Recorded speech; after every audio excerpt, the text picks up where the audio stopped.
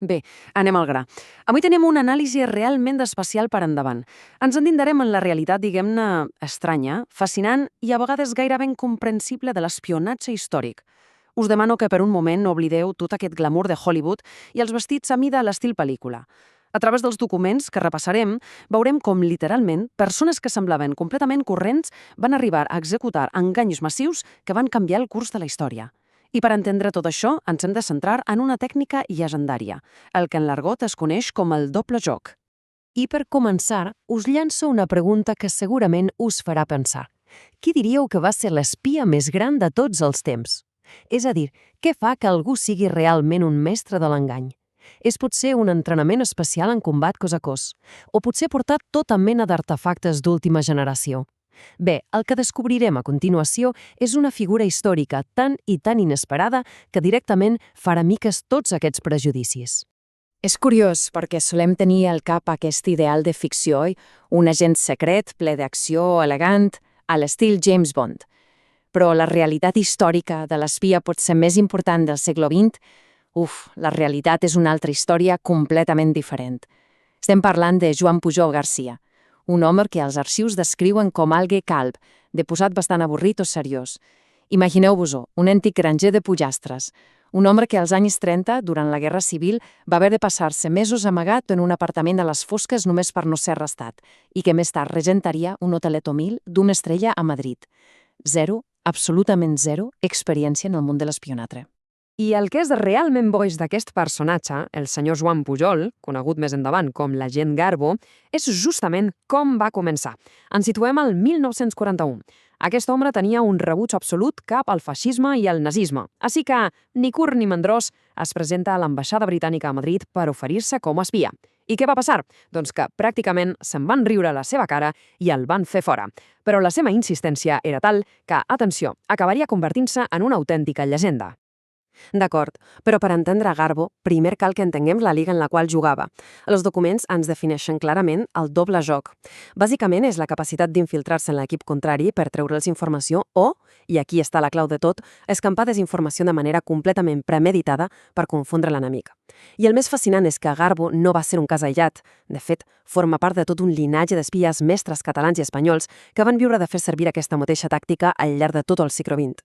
Fixeu-vos en aquesta evolució al llarg dels anys.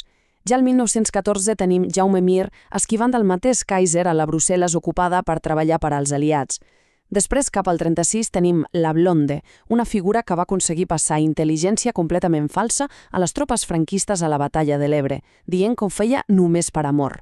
I és fascinant adonar-se que els preceptes d'aquesta professió gairebé no canvien gens amb el temps. Aquest joc d'ombres continua bategant amb força. Si viatgem fins al París del maig del 68, en ple esclat de les revoltes estudiantils, ens trobem amb Cisne, el nom en clau d'un actiu espia franquista. Els expedients ens detallen com, enmig de tot aquell caos social francès, tota la seva visió del món va començar a trontollar. Es va adonar que treballava per un règim ancorat en el passat i va patir una fractura psicològica brutal. És un exemple claríssim de les complexitats emocionals i mentals que comporta el doble joc. No tot eren missions asèptiques. I si avancem més a prop de la nostra època, ens situem a principis dels 90, just abans dels Jocs Olímpics de Barcelona del 92. Aquí trobem una operació d'estat extremadament meticulosa. L'agent Josep Maria Eloi, que havia estat entrenat pel conegut espia Lobo, rep l'ordre d'infiltrar-se com a talp dins l'urbanització Terra Lliure. Als arxius consta que durant l'entrevista per entrar, els membres de Terra Lliure el van trobar una mica estrany, però tot i així el van deixar passar. I pam! Doble joc des de dins aconseguit. Però bé, deixem estar un moment aquests expedients recents i tornem enrere. Ens n'anem cap al màxim exponent d'aquest art de l'engany, l'home que va elevar la infiltració a un nivell que gairebé frega la ciència-ficció. Tornem a en Garbo. Recordeu que l'havien rebutjat a Madrid, oi? Llavors, com que els britànics no el volien, què va fer? S'ho va inventar tot. Va idear una mentida colossal. Garbo es va plantar davant la intel·ligència alemanya i els va convèncer que ell era un important funcionari espanyol de línia nazi que viatjava regularment a Londres. Una mentida salvatge, més que res perquè aquest home no sabia dir ni bon dia en anglès. Però els va ensenyar un passaport diplomàtic falsificat i els alemanys van caure de 4 grapes. El van fitxar, el van entrenar ràpid i li van dir «cap a Londres». Òbviament no podia anar a Londres, així que es va amagar, discretament, a Lisboa. I aquí, amics meus, és on la història es torna d'una genialitat pura. Atrapat a Portugal, com envies informes militars des d'Anglaterra? Doncs atenció, va agafar una simple guia turística, enciclopèdies, unes quantes revistes angleses i una imaginació absolutament fora del normal. Creava informes militars del no-res. Agafava moviments de tropes, els col·locava en llocs de la guia turística i ho enviava als seus caps alemanys. I ells s'ho creien de pe a pa. Però clar, per fer aquesta ficció sostenible en el temps no podia estar sol. Així que es va inventar amics. Va crear tota una xarxa d'espies subalterns. Parlem de ni més ni menys que 27 agents que només existien al seu cap. Cadascú tenia una biografia superdetallada. Hi havia des d'un líder d'un grup feixista gallès fins a un sergent nord-americà a qui li agradava massa xerrar. Va muntar una xarxa de 27 persones que a la pràctica rotllava perfectament. I no només es tractava de qualitat narrativa. La clau va ser ofegar els nazis amb dades. Segons els registres, Pujol va arribar a enviar 315 cartes i cada carta tenia de mitjana unes 2.000 paraules. Va ser una allau d'informació tan bèstia que l'alt comandament alemany va col·lapsar. De fet, pràcticament van deixar d'intentar colar espies de veritat al Regne Unit perquè consideraven que, amb la xarxa del genial Garbo, ja anaven sobrats.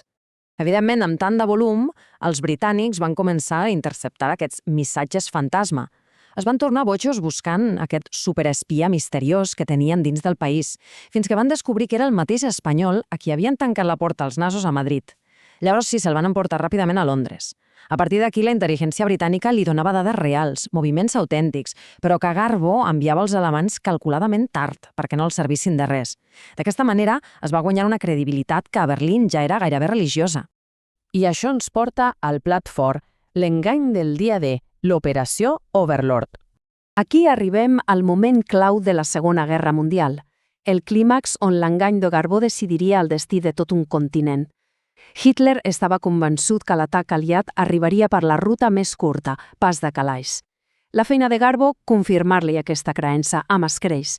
Van arribar a construir un exèrcit sencer de mentida, el famós Fusac, just davant de Calais, liderat per l'imponent general Patton. Tot de goma i fusta, Garbo enviava desenes de missatges dels seus espies imaginaris jurant que l'atac massiu sortiria d'allà. Mentre tot això passava, la força d'invasió real navegava en silenci cap a les platges de Normandia. I arriba el dia D. Quan les primeres botes aliades toquen la sorra de Normandia, Garbo fa el seu moviment més atrevido. Envia un missatge urgentíssim a Berlín. Els diu que Normandia és només una manobra de distracció, una finta per enganyar-los, i que l'atac de veritat i amb tot el pes de l'exèrcit caurà aviat sobre Pas de Calais. Va ser tan convincent que Hitler literalment va aturar en sec les seves potents divisions de tancs. Els va fer donar mitja volta i els va deixar estacionats a Calais esperant un atac fantasma durant quasi 2 mesos. 2 mesos crucials que van permetre als aliats guanyar la guerra. I atenció, perquè aquí teniu segurament el fet més irònic i surrealista de tot el conflicte. El nivell de la mentida, de la maniobra de distracció, va ser tan èpic que els nazis el van condecorar amb la Creu de Ferro. Sí, una medalla autoritzada pel mateix Hitler, i al mateix temps, evidentment, pels serveis prestats salvant milers de vides, els britànics el feien membre de l'Ordre de l'Imperi Britànic. El mateix home, un antic granger que no sabia anglès, condecorat amb els màxims honors militars per tots dos bàndols. Increïble. Arribem a l'últim acte de desaparició, esfumar-se en la història. És clar, un cop acabada la guerra, què fas? Ets l'home que acaba d'humillar de manera monumental tot l'aparell militar nazi. Calia desaparèixer per evitar represàlies. Així que Pujol va decidir fer un darrer truc de màgia i, literalment, va fingir la seva mort. Mentre els arxius oficials deien que havia passat a millor vida, ell havia travessat l'Atlàntic i estava vivint una vida d'allò més corrent, venent detalls en una petita botiga de regals a Veneçuela. El món sencer se va oblidar d'ell, fins que el 1971 l'escriptor Nigel West va començar a estirar el fil i el va trobar viu i col·legiant. I gràcies a això, l'any 84 vam poder veure unes imatges profundament emotives. Pujol, el gran Garbo, caminant un altre cop per les platges de Normandia per commemorar el 40è aniversari del dia D. Després de tantes dècades a l'ombra, l'home que havia manipulat la maquinària de guerra nazi amb una guia de viatges i pura inventiva va rebre finalment la gratitud del món, just uns anys abans de morir, aquesta vegada de veritat, a finals dels 80.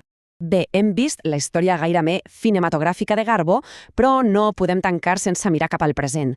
Tal com ens indiquen les anàlisis més recents, l'art del doble joc no ha desaparegut pas, simplement s'ha sofisticat.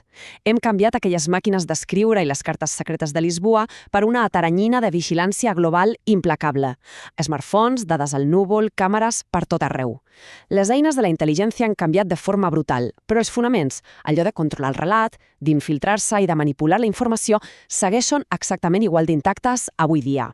I precisament per això us vull deixar amb una darrera reflexió per donar voltes. Si abans n'hi havia prou amb una bona guia turística i molt de morro per canviar el destí de la humanitat, avui dia que vivim connectats les 24 hores sota la lupa digital, cal preguntar-se molt seriosament. En aquest laberint d'informació on qualsevol pot ser observat, qui està jugant realment el doble joc avui en dia? I encara més important, de quin costat estan? Fins a la propera anàlisi.